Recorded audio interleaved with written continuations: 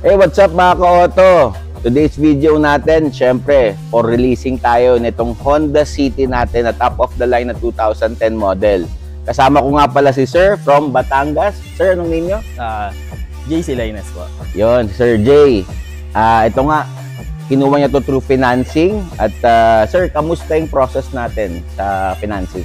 Bali smooth na smooth naman po yung financing. Bali kahit kung galing pa kami Batangas, lahat naman naka-ready na. Yun. Talagang ready na to sign, yun na lang. Ready na lahat, pati unit. Yun, no? Diba? Sir, kamusta yung unit upon checking? Upon checking naman po, okay naman po si unit. Quality po. Even 15 years old na siya, no? Yes, Maganda po. pa. Yun ang maganda sa Auto Prime Car Trading. Sabi ko nga sa inyo guys, kahit medyo old model na, nililinis at inaayos namin to. Saka bukod doon, napakalayo ng pinanggalingan ni Sir, pero nakarating dito sa Las Piñas. Bakit Sir Auto Prime ang napili nyo? Bali nakita ko po yung mga review niya. Napakaganda ng mga review niya na.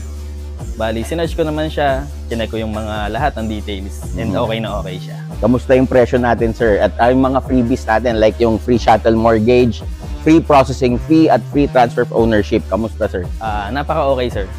Pasok na pasok Tapos sa budget. pasok sa budget. Tapos yung sa second hand car siya, hindi mo siya sa price niya. Okay na okay. Hidden charges, meron ba tayo Sir? No, sir. No Wala tayong hidden charges dito sa Auto Prime Car Trading. Plus, meron pa tayong free Auto Prime merchandise. Ito na yon. Siyempre, hindi mawawala ang libre nating cup, sir. At, siyempre, libreng t-shirt. Yan. So, saan pa ba kayo pupunta, guys? Basta second-hand quality cars? I-auto prime mo yan. Alright. Sir, thank you. Have a safe Thank you trip po. po. Yes, Pag-uwi ng po. Batangas.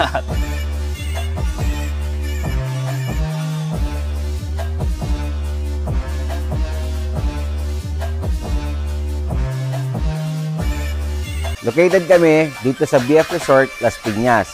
Waze nyo lang, Auto Prime Car Trading. Pwede nyo rin kaming i-check sa aming social media platform.